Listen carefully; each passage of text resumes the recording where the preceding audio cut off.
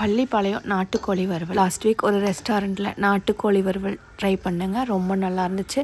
சரி வீட்டில் நம்மளும் அதே போல் செய்வோம்னு சொல்லிட்டு நான் இன்றைக்கி நாட்டுக்கோழியை வச்சு அதே ஸ்டைலில் பள்ளிப்பாளையம் நாட்டுக்கோழி வறுவல் செஞ்சுருந்தேங்க.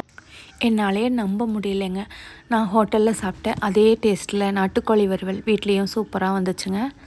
அந்த வீடியோவை தான் நான் இன்றைக்கி உங்களோட ஷேர் பண்ணிக்க போகிறேன். எங்கள் பசங்களோட ஃபேவரேட் ஸ்பாட்டான கருமத்தம்பட்டி மண்பானை சமையல் நாட்டுக்கோழி வறுவலை உங்களோட இன்றைக்கி ஷேர் பண்ணிக்க போகிறேன். வாங்க எப்படி செய்கிறதுன்னு பார்த்துருவோம். ஒரு பேன் வச்சுட்டு எண்ணெய் சேர்த்துருக்கேங்க. எண்ணெய் சூடான உடனேயும் கடுகு சேர்த்து பொரிய விட்டுட்டு சின்ன வெங்காயம் ஒரு 30 போல் சேர்த்து அதை நல்லா வதக்கியிருக்கேங்க. இந்த வறுவலுக்கு சின்ன வெங்காயம் தாங்க ரொம்ப நல்லாயிருக்கும். பெரிய வெங்காயம் சேர்த்துக்கிட்டிங்கன்னா வறுவல் இனிப்பாயிடுங்க. வெங்காயம் வதங்கின உடனேயும் காஞ்ச மிளகாய் ஒரு 10 போல் சேர்த்துருக்கேங்க. நீங்கள் காரம் சாப்பிட்றவங்களா இருந்தால் எந்த அளவுக்கு காரம் வேணுமோ அந்த அளவுக்கு மிளகாய் சேர்த்துக்கோங்க. மிளகாயையும் நல்லா ரோஸ்ட் பண்ணிக்கோங்க. ஃப்ளேமை கம்மியாக வச்சுட்டு மிளகாவை கருக விடாமல் நல்லா ரோஸ்ட் பண்ணிக்கோங்க. அடுத்து இந்த ரெசிபியோட முக்கியமான இன்க்ரீடியன்ட் தேங்காங்க. தேங்காவை சின்ன சின்னதாக கட் பண்ணி சேர்த்துருக்கேங்க. இந்த தேங்காய் இந்த வறுவலில் ரொம்ப டேஸ்ட்டை என்ஹான்ஸ் பண்ணி கொடுக்குங்க. நம்ம சேர்க்குற மிளகாயோட காரமும் உப்பும் இந்த தேங்காயில் சேர்ந்து தேங்காவை சாப்பிட்றதா இல்லை நாட்டுக்கோழியோட வறுவலை சாப்பிட்றதா அப்படின்ற ஒரு கன்ஃபியூஷனையே கொடுத்துருங்க. 2 நிமிஷம் தேங்காவை வதக்கி விட்டுட்டு கொஞ்சமாக மஞ்சள் தூள் சேர்த்துருக்கேங்க.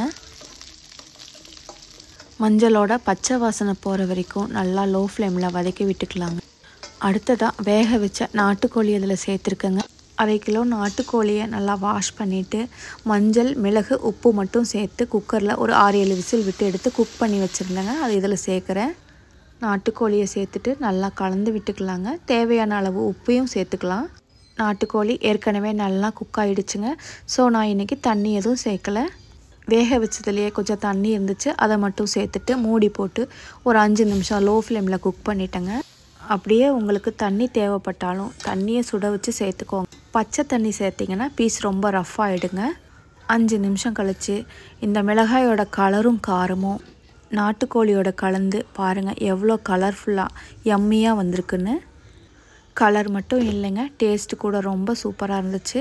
இதே ஸ்டைலில் நீங்களும் ஒரு வாட்டி ட்ரை பண்ணி பாருங்கள். எப்படி வந்துச்சுன்னு கமெண்ட் பாக்ஸில் வந்து கமெண்ட் பண்ணுங்கள். இந்த வீடியோ பிடிச்சிருந்தால் மட்டும் லைக் பண்ணுங்கள், ஷேர் பண்ணுங்கள். மறக்காமல் நம்ம யூடியூப் சேனல் மீனாஸ் லைஃப் ஸ்டைலை சப்ஸ்கிரைப் பண்ணி சப்போர்ட் பண்ணுங்கள். அடுத்தடுத்து நம்ம சேனலில் என்ன ரெசிபிஸ் ட்ரை பண்ணலான்னு உங்களுக்கு ஏதாச்சும் ஐடியா இருந்தால் கமெண்ட் பண்ணுங்கள். கண்டிப்பாக நான் அதை ட்ரை பண்ணிவிட்டு உங்களுக்கு வீடியோவை ஷேர் பண்ணுறேங்க. ஓகேங்க, இன்னொரு வீடியோவில் பார்க்கலாங்களா? தேங்க்யூ.